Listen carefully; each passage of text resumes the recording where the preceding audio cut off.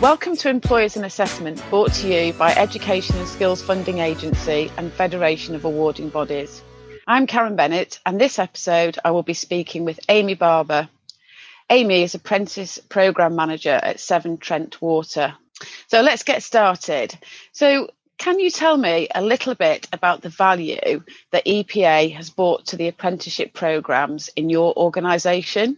Yeah, of course. So I think we see the value in twofolds, really, from a business perspective, but also from the actual apprentices' perspective as well.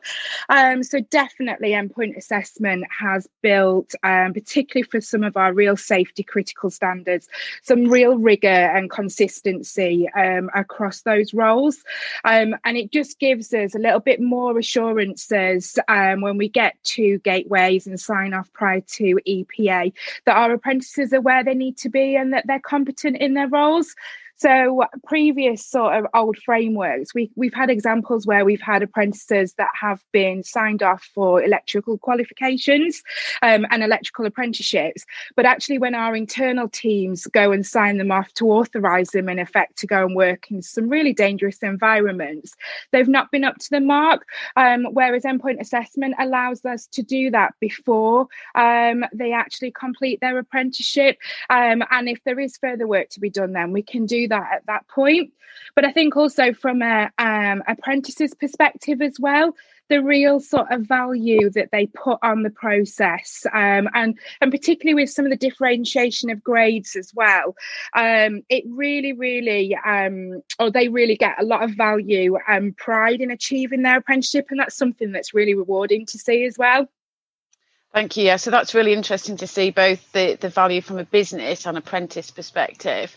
I'm just really interested in around that gateway piece and how, as a business, you work that for those apprenticeship programs you talked about.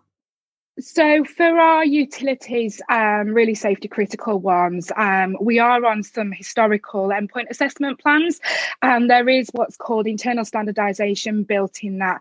But actually what we've built in prior to the apprentices entering endpoint assessment is a session where some of our technical experts across the business, they will sign the apprentices off as being competent.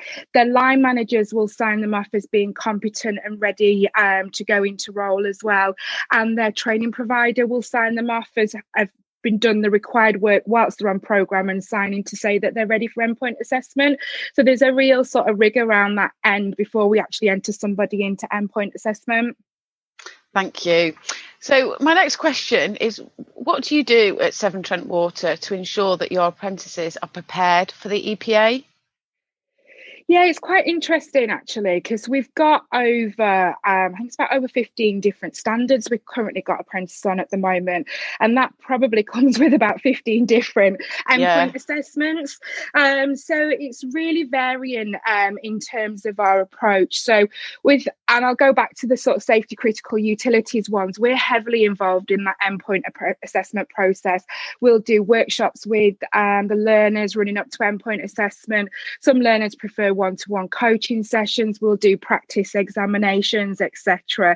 And then on other standards, I have to be reliant on my training providers, and training providers working with line managers to ensure that those apprentices are ready within their role as well. So it's really mixed. But one of the things and one of the areas that we have changed in the last couple of years is we actually introduce endpoint assessment right at the apprentices induction period.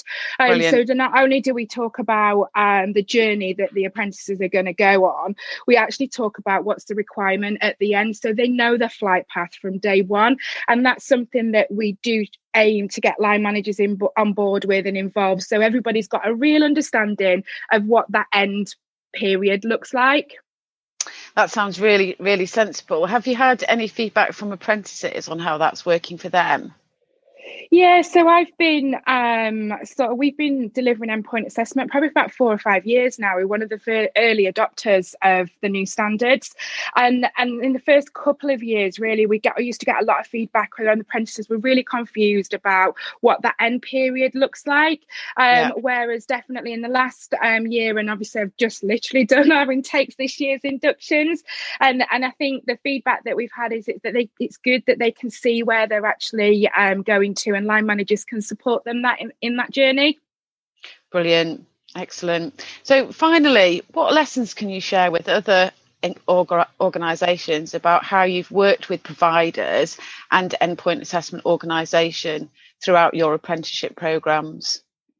I think probably the biggest lesson learned is around planning, and that's right from the very beginning of when you start a new apprenticeship standard. In all honesty, it is so critical that you've got your right training provider, you've got the right endpoint assessment organisations, you understand where the handoffs are and who's going to do what at each point, because you all have to work together in order to get somebody to the end and through to the achievement at endpoint assessments. That's probably the biggest lesson learned, is understanding that assessment plan and understanding whose roles and responsibilities for the different parts fit into it.